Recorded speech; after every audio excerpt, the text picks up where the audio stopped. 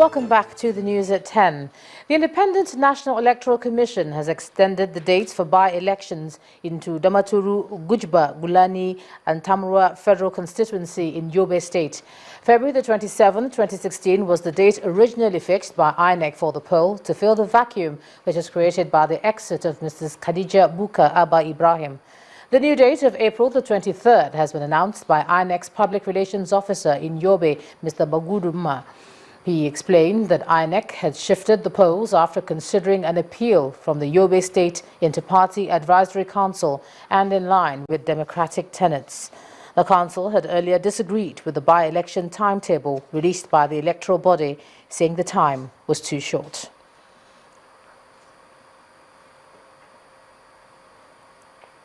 And the General Court-Martial to try some accused personnel of Operation Safe Haven, that's the special task force maintaining law and order in Plateau State for various offences, has been inaugurated in Jos, north-central Nigeria. Inaugurating the military court, the commander, Operation Safe Haven, Major General Tegbo Ude, observed that discipline is the bedrock of the Nigerian military, and for this reason there's a need to ensure a thorough investigation into issues before suspects are put on trial.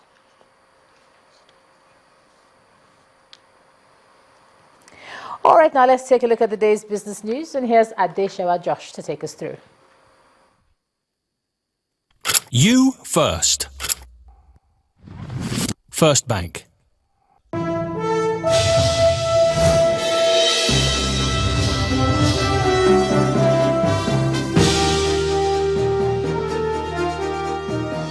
Thank you, Ijoma. Welcome to Business News. The first shipment of Iranian crude oil to Europe in more than 3 years is scheduled to depart today. The vessel, hired by French energy giant Total, is expected to sail with 2 million barrels of oil. 2 other vessels will carry 1 million barrels for Spain. On Sunday, Iran's Deputy Oil Minister, Rukneddin Javadi, was quoted by state television Press TV saying that his country's crude oil production has increased by 400,000 barrels a day. Iran aims its new exports at 2 of its prime customers, Asia and Europe, before the curtain of sanctions fell on the Middle East's leading oil producer. The mood within the Organization of Petroleum Exporting Countries is shifting from mistrust to a growing consensus that a decision must be reached on how to end the global oil glut. This is the view of the Minister of State for Petroleum, Ibe Kachiku, during an interview with Reuters. According to Mr. Kachiku, he is optimistic ahead of OPEC's next meeting in a few months.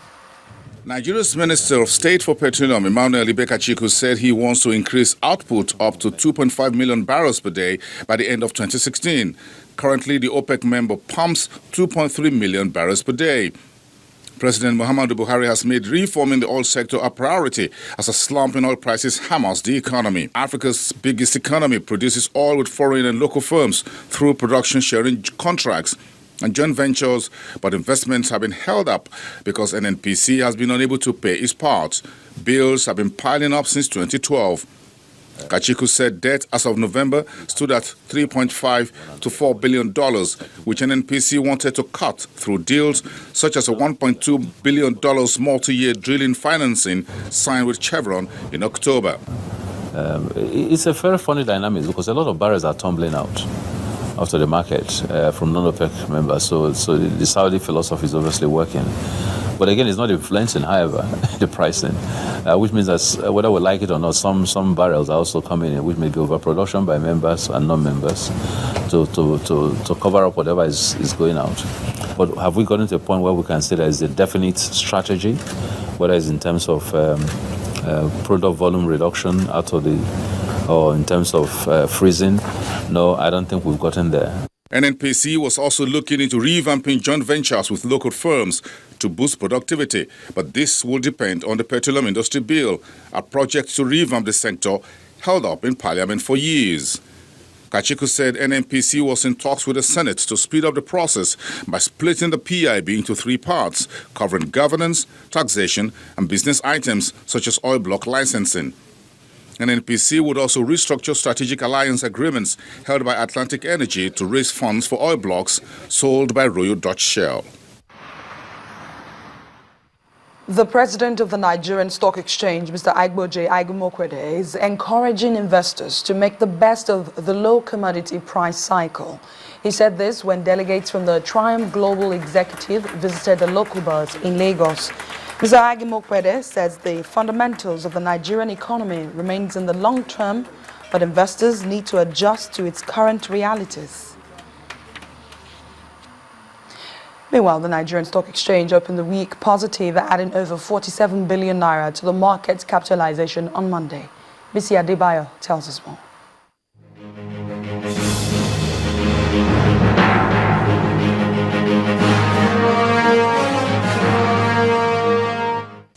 Hello and welcome to the Stock Market Reports.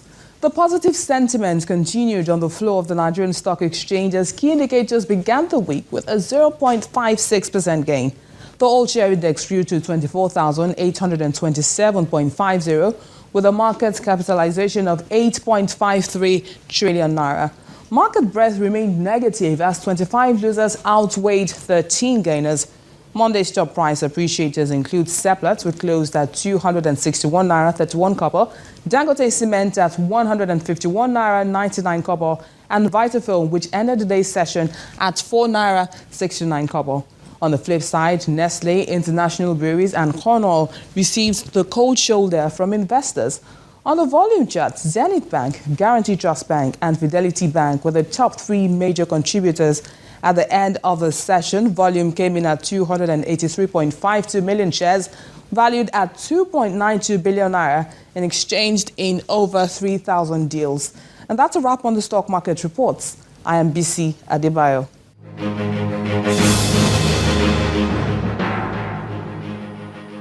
Thank you, Bisi. Now let's check out closing figures from other major markets around the world.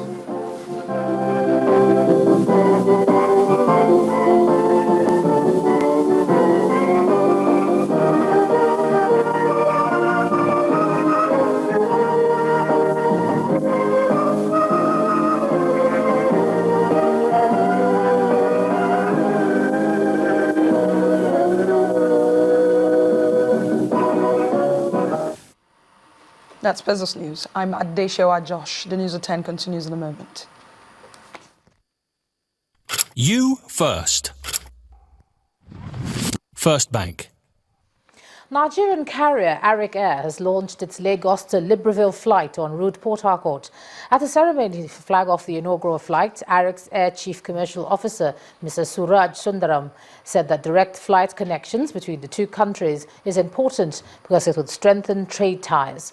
The ceremony also had the Gabonese ambassador to Nigeria and his Nigerian counterpart in attendance. Route development is the lifeblood of the airline industry and a means of promoting growth. For Arik Air, these factors are not more important than giving Nigerians better air connections. Another route, Lagos-Libreville via Port Harcourt, is born.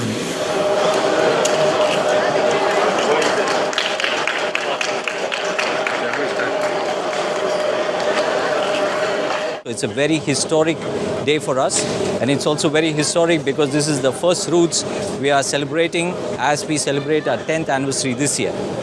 In the interest of increasing transactions, both business, pleasure and leisure, there's a lot of Nigerians, as you are aware, from the southeast part of Nigeria that travel to Libreville.